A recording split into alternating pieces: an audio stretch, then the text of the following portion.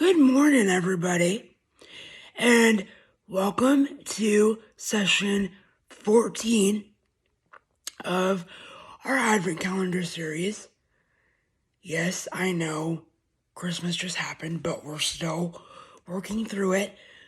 I hope y'all enjoy your Christmas holiday, and welcome back to the show. This morning's scripture will be in 1 Kings chapter... Give me a minute, I just had it.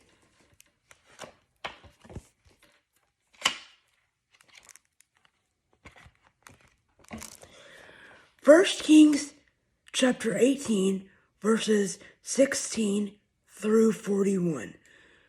So give me a minute while I turn to the scripture, please.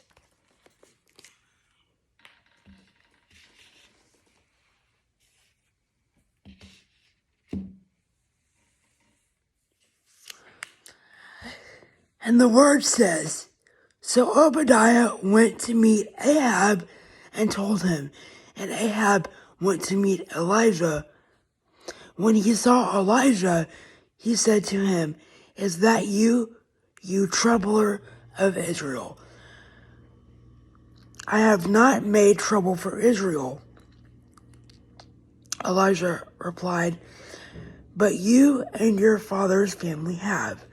You have abandoned the Lord's commands and have followed the Baals. The Baals? I don't know. Now, summon the people from all over Israel to meet me on Mount Carmel and bring 450 prophets of Baal and 400 prophets of Asherah who eat at Jezebel's table. So Ahab sent word through all Israel and assembled the prophets on Mount Carmel. Elijah went before the people and said, How long will you waver between two opinions? If the Lord is God, follow him. But if Baal is God, follow him. But the people said nothing. Then Elijah said to them, I am the only one of the Lord's prophets left, but Baal has 450 prophets. Get 2 bulls for us. Let Baal's prophets choose one for themselves, and let them cut it into pieces and put it on the wood, but not set fire to it. I will prepare the other bull and put it on the wood, but not set fire to it. Then you call on the name of your God, and I will call on the name of the Lord. The Lord who answers by fire, he is God. Ooh, that's good.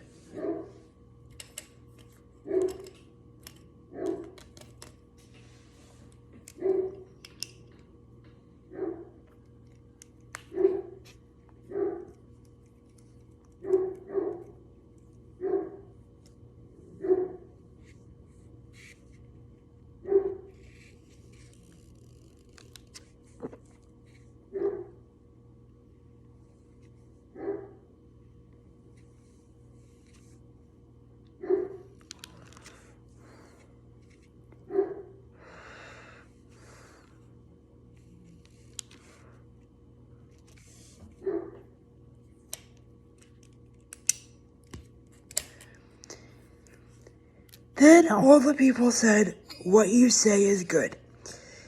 Elijah said to the prophets of Baal, Choose one of the bulls and prepare it first, since there are many of you. Call on the name of your God, but do not light the fire. So they took the bull given them and prepared it. They called on the name of Baal from morning till noon. Baal, answer us, they shouted. But there was no response. No one answered, and they danced around the altar they had made. At noon, Elijah began to taunt them. Shout louder, he said. Surely he is a god. Perhaps he is in deep thought, or busy, or traveling. Maybe he is sleeping and must be awakened. So they shouted louder and slashed themselves with swords and spears, as was their custom, until their blood flowed. Midday passed, and they continued their frantic prophesying until the time for the evening sacrifice. But there was no response. No one answered. No one paid attention. Then Elijah said to all the people, "Come here to me." They came to him, and he repaired the altar of the Lord, which had been torn down. Elijah took 12 stones, one for each of the tribes descended from Jacob, to whom the word of the Lord had come, saying, "Your name shall be Israel." With the stones he built on the altar in the name of the Lord, and he dug a trench around it, large enough to hold 2 seahs of seed. He arranged the wood, cut the bull into pieces, and laid it onto the wood. Then he said to them, "Fill 4 large jars with water, and pour it on the offering, and put it on the wood." "Do it again," he said. They did it again. "Do it a third time," he ordered, and they did it a third time. The water ran down the altar and even filled the trench. At the time of the sacrifice, the prophet Elijah stepped forward and prayed, "Lord, the God of Abraham, Isaac, and Israel, let it be known today that you are God in Israel, and I am your servant, and have done all these things at your command. Answer me, Lord, answer me, so these people will know that you are Lord, Lord our God, and are turning their hearts back again." Then the fire of the Lord fell and burned up the sacrifice, the wood, the stones, the soil, and also licked up the water on the trench. When all the people saw this, they fell prostrate and cried, "The Lord, He is God! The Lord, He is God!" Then Elijah commanded them, "Seize the prophets of Baal. Don't let anyone get away." They seized them, and Elijah had them brought down to Kishon Valley and slaughtered there. Give me a minute while I prepare the scripture summary this morning.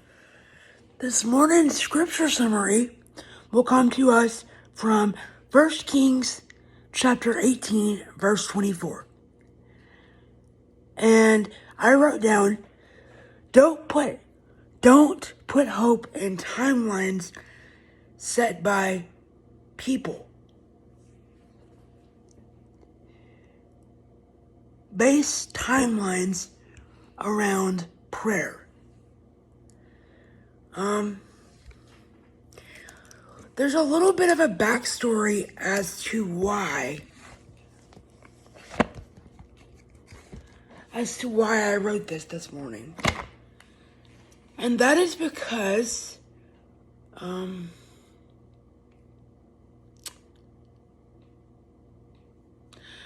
I'm not sure if I can tell you guys this without ruffling feathers, but it's my channel and I can do what I want to within reason.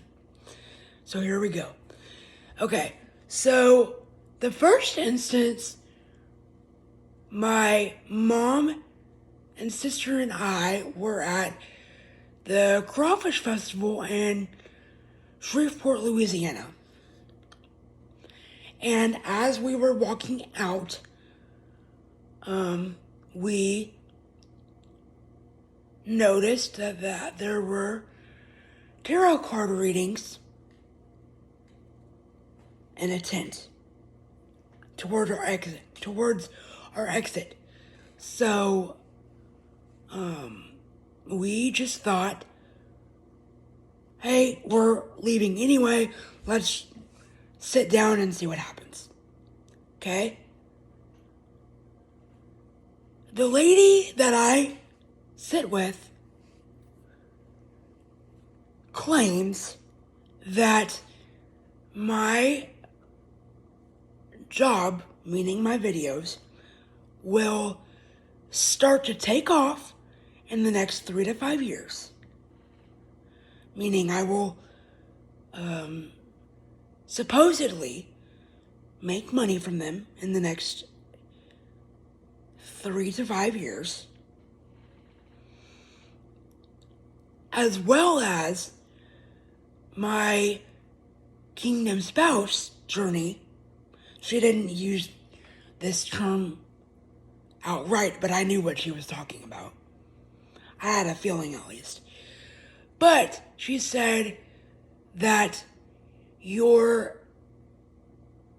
how did she put it? But I put it in a way that made sense. She said, your divine partner, which in biblical terms means kingdom spouse, will start, your journey will start in June of 2024. So, with that being said, with major setbacks, I might add, I have now started a new stage of adulting, or a more serious stage of adulting, if you will, where I actually do take care of my home and I do take care of myself as much as possible. Because when that journey starts, I don't want to look like a slob. So that is what the scripture is based on today, is don't base your timelines on human readings. I mean, some card readers do use them as faithful gifts, but not all of them. That's what I've learned. And I just found that funny because we're headed into 2024 and I can't wait to see what God has in store for me this year. So thank y'all so much for watching, and I will see y'all for tomorrow's scripture reading. Bye, everybody.